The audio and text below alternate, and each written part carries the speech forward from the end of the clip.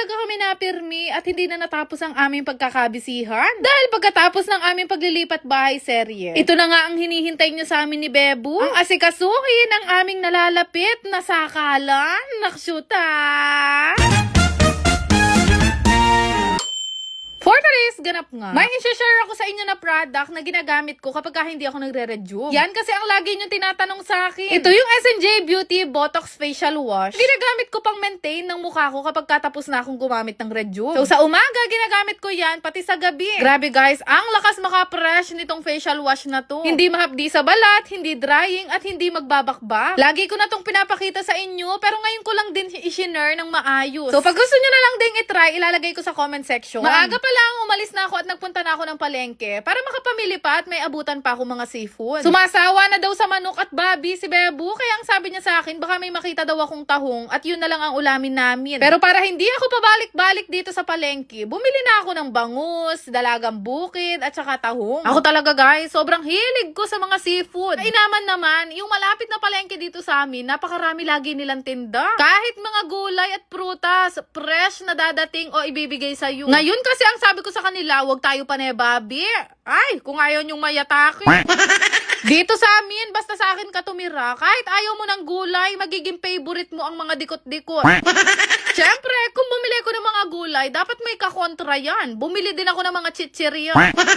Medyo may kalayuan kasi ito sa amin. Dahil nga sa subdivision kami, wala talaga kayo makikitang mga tindahan. Kaya kapag nakikita ako ng guard na may bit-bit na mga ganito karaming pagkain, sinasabi niya sa akin, ma'am, bawal po magtayo ng tindahan sa loob ah.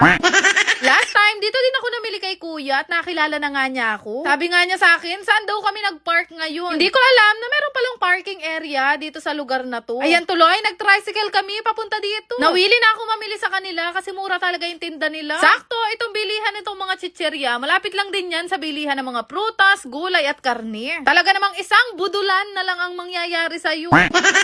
Nga noon, wala na rin naman kami bibili ni Kabangnas, kaya nagpunta na rin kami dito kay kuya. Nagpahintay na nga lang kami sa kanya at sabi ko, mamimili lang naman ako at babalik din naman ako sa bahay. Sa 15 to 20 minutes yung biyahe pa uwi ng bahay. At sakto makauwi ako, naghiwa na agad ako ng panangkap sa lulutuin kong ginisang tokwa. Tokwa? Tahong? Pero para masigurado kong malinis, pinaiskoba ko pa yan isa-isa dito kay Kabangnas. Oo, ang buhay ko. Ngayon lang ulit ako magluluto nitong tokwa. Simula nung nagsama kami ni Bebu, napakarami kong first time na lutuin. Pero hindi niya pa rin makakalimutan na pinagluto ko siya noon. Nakikain kasi siya sa amin, kaya lang ayaw niya yung ulam namin dahil buro. So, ang ginawa ko, pinagprito ko siya ng squid ball. Medyo sunog pa mo nung matapos dahil malakas nga ang kalan. At nung kakagatin niya na, anak shoota, malamig pa yung loob. Sa totoo lang, nung nag-aaral ako o high school pa ako, ayaw kasi ko turuan ng magluto ng nanay ko. Ewan ko ba sa kanya, ayaw niya kaming turuan, pero galit na galit siya pag hindi namin siya natutulungan.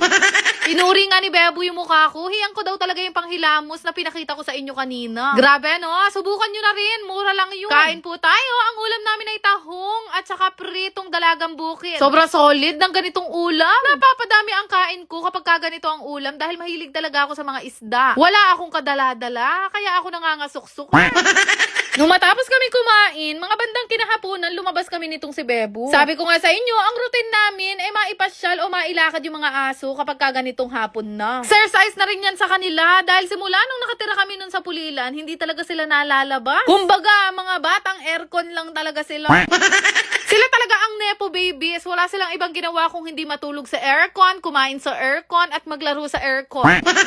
Pero nag-aya nga ako kinahaponan dito nga kay Bebu na magpunta dito sandali sa mga bilihan ng mga turon. Malapit din kasi sa amin dito ng mga bilihan ng mga ganyan. Habang nag-i-scroll kasi ako kanina, meron ako nakita na kumakain ng shawarma rice. Ewan ko ba kung bakit ako bigla nag-grave. Hindi naman ako nakakakain pa niyan. Takaw mata lang talaga ako guys. Pero yung mga ganyang pagkain, naku, hindi ko yan kayang ubusin o kahit kalahatiin. Inuwi na nga lang namin yung tira namin, tapos meron nga palang dumating na parcel sa akin kanina. Excited ako sa parcel na to kasi first time lang namin magkakaroon ng ganito sa bahay. Akala mo naman talaga kung ano, pero bumili talaga ako nito. Ano kasing tawag dito? Basta ito yung pinag-iimbakan ng tubig na mainit. Paunahan na lang kayo mag-comment kung anong tawag dito. Bibigyan ko ng 1,000 ang unang magko-comment. Ayoko kasi nung lagi ako nagpapakulo ng tubig, lalo na sa umaga. Naiwan kasi sa bahay namin dati sa Pulilan yung dispenser namin. Pagkatapos nga nun, naalala ko na i-check muna itong gagamitin naming airbed sa pagka-camping. Baka mamaya, bitbitin namin to sa mismong camping, tapos butas pala. Naiwan ko kasi nun to sa Bugay Farm. Alam nyo naman dun open area, baka may daga. Pero buti na lang nung pinalobo namin siya, wala siyang